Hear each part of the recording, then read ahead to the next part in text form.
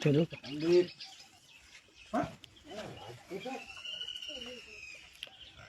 નામ આપનું?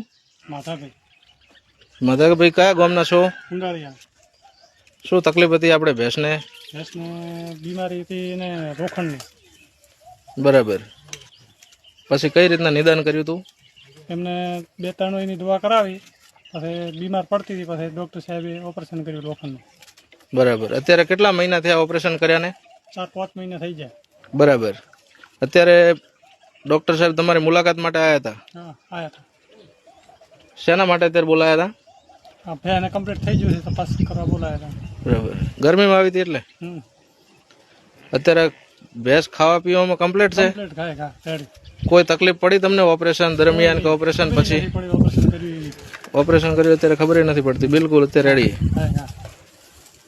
આવું ઓપરેશન કરવા માટે બીજા કોઈ ખેડૂત મિત્રો ગભરાતા હોય, બરાબર, તો તમે એમને શું સંદેશો આપવા માંગશો?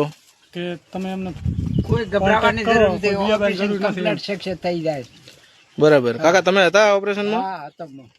ઓપરેશન એકદમ સંતોષકારક કર્યું? રેડી.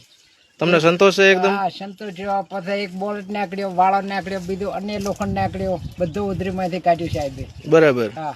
અને અત્યારે કમ્પ્લીટ ફૂલ ખોરાક ખાય, દૂધ આલે.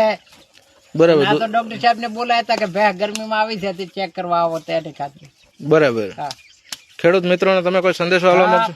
પાકો હો કે કોઈ ગભરાવાની જરૂર નથી, કમ્પ્લીટ ઓપરેશન થઈ જાય શકશે. ઘણા માણસો કહેતા હોય કે ટોકા પાકી જાય છે, આ તે. નથી પાકતા, કશું થતું નથી. બરાબર. હા. ઓપરેશન પછી તમારી ભેંસ 15 દિવસમાં રેડી થઈ ગઈ હતી? Ready complete. અને દુવાનો કમ્પ્લીટ, ખોરાક બોરાક માપી દેવાનો, પણ આલવાનો ખોરાક. બરાબર. ખોરાક. હા. દૂધ આપતી હતી કમ્પ્લીટ? હા, કમ્પ્લીટ આલી. બરાબર. હા. તો આપણે વાવ તાલુકાના કુંડાળિયા ગામ આવ્યા હતા અને આ ભેંસનું આપણે ઓપરેશન કરેલું હતું. અત્યારે 5 મહિના થઈ ગયા છે ભેંસને. ભેંસ કમ્પ્લીટ સહી સલામત છે અને માલિક બહુ ખુશ છે. ઓપરેશન સફળ થઈ ગયું છે એકદમ. આભાર તમારો. તો મિત્રો કોઈને આવું ઓપરેશન કરવું હોય તો અમારો સંપર્ક કરવો. આ અમારો નંબર ઉપર આપેલો છે. આભાર. હા, ધન્યવાદ.